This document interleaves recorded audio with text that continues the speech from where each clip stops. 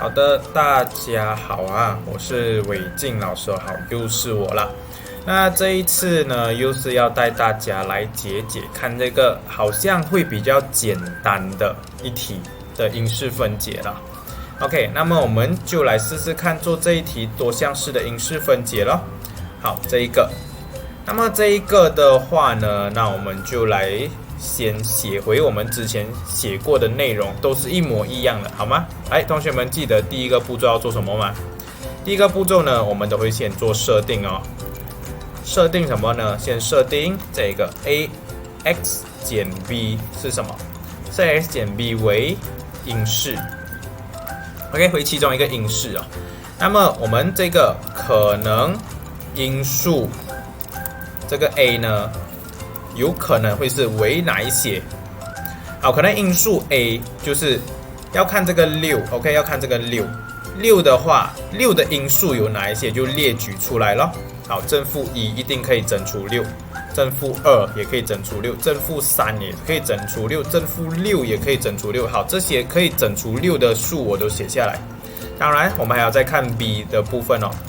可能因数呢，这个 b 是什么 ？OK，b 的话就是有这一个，它是2了。OK，2的话，那同样咯，就是我们这样子看的话，可以整除2的就是 e 嘛。哎呦，2。好，其实相对来讲已经友善很多了哦。OK， 这个部分就是它可能的因数会比较少，就有1/1、2/1，或者2/1、2/2，或者1/3、1/3，以及1/6、1/6，可能性倒没有这么多了。所以呢，我们就从这些全部的可能性 ，OK， 开始着手咯。好，来，我们来把画面转到另外一个页面了。OK， 来，我们已经来到了这个页面。这样子的话，我就做了一系列的准备咯。先把这个系数都写好啊。然后呢，就是这个1、2、3、6跟1、2呢，这个就是它的可能因数嘛，刚刚才写完。那么就是它的可能性，我刚刚有讲过咯。总之就是 a 分之 b 来的 ，OK，a 分之 b。那么 a 分之 b 的可能性也很多了，那你就开始去做猜测 ，OK。那假如你尝试到整数都不行的话，就试试看分数。好，通常啦都会有分数的，只要前面不是 e 的话，都会是有分数的。那么呢，在这个情况之下，好，通常这个是不是 e 的话，就会有分数，要怎么办呢？那我就想说，6可以被什么整除啊？我觉得6可以被3整除哦。OK， 所以我分母就写一个3哦。好，那么分子嘞？分子其实我不确定，你要从1开始还是从2开始？好，这个就看运气啦。你先试到哪一个正确的，就是哪一个才对咯。所以这一边呢，我就试试看用这个负的2/3好了。OK， 我先试试看这个负2/3是否可行哦。OK， 不可行的话，我们等下再换。好，那么我们就先把这个6给拉下来咯。好，6乘上这个负2/3呢，会是什么 ？OK， 就得到-4嘛，对吗 ？OK， 6乘这一个就得到-4。好，5减4的话就 e。好，其实你发现到这样子就已经不行了，因为你5减4 e 的话 ，e 再乘负2/3，它会是一个分数哦，它会是一个分数，所以你再继续做下去的话，反而会更辛苦的。所以呢，这个时候好，我们先休息，换 ，OK。换成正的2/3如何？好，我们试试看2/3。那么6乘上2/3的话呢，那就是刚刚的4啦。OK， 那5加4就是9。哦，9再乘2/3，9跟2/3是可以整除的哦。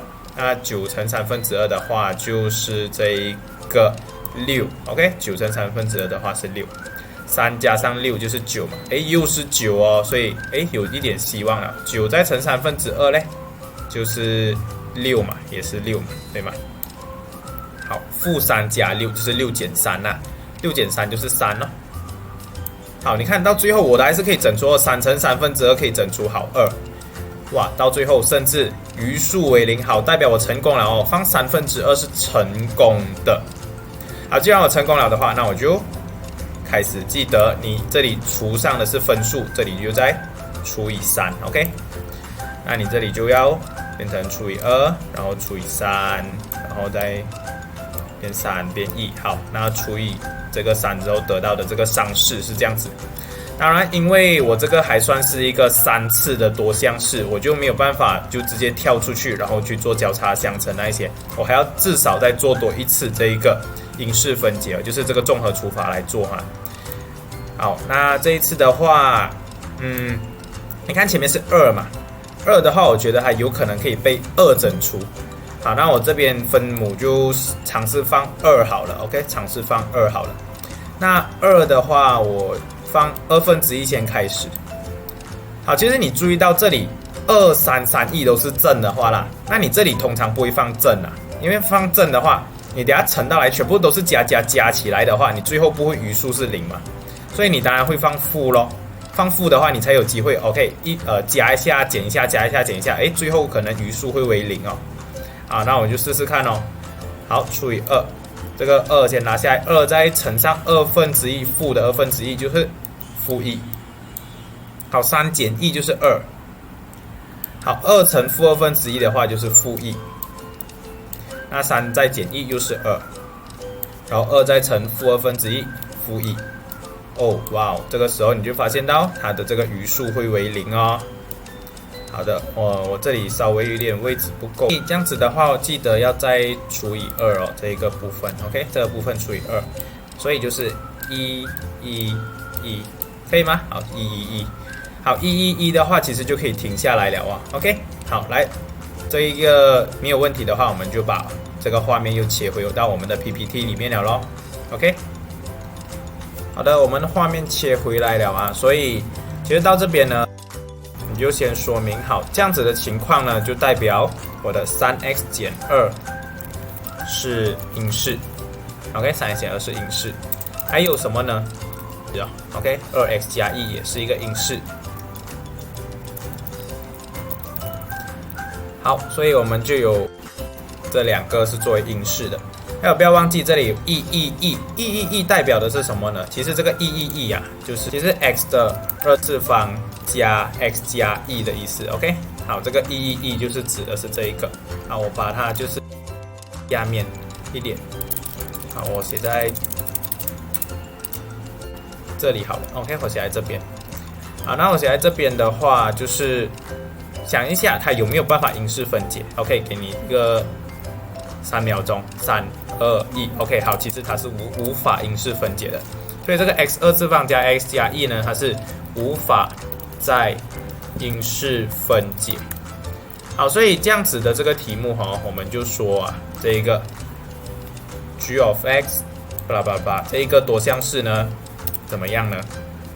好，这个多项式啊，好，它会等于 ，OK， 等于写在下一行好了 ，OK， 我把等于写在下一行。那么下一行的话，就是去把它的每一个因式都写下来。好，3x减2跟2x加 e， 当然就已经是因式分解好了的部分咯。还有这个2x加 e， 以及什么呢？好，无法再因式分解的部分，你当然也要再写下去。OK， 这个稍微做一点调整。好，所以这个的话就是 x 2次方加 x 加 e 也要写下去。好，它们的因式分解就此完成。好了，所以这一题我们就解决了咯。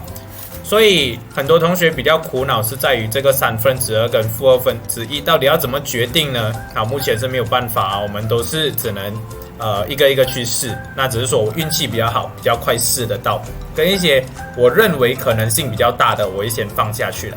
这样干我就有分析了，什么样的可能性会比较大咯，所以我就会放这个数字。好，那么这个题目我们就解决了。好，没有问题的话，我们这一题就结束。感谢大家的收听。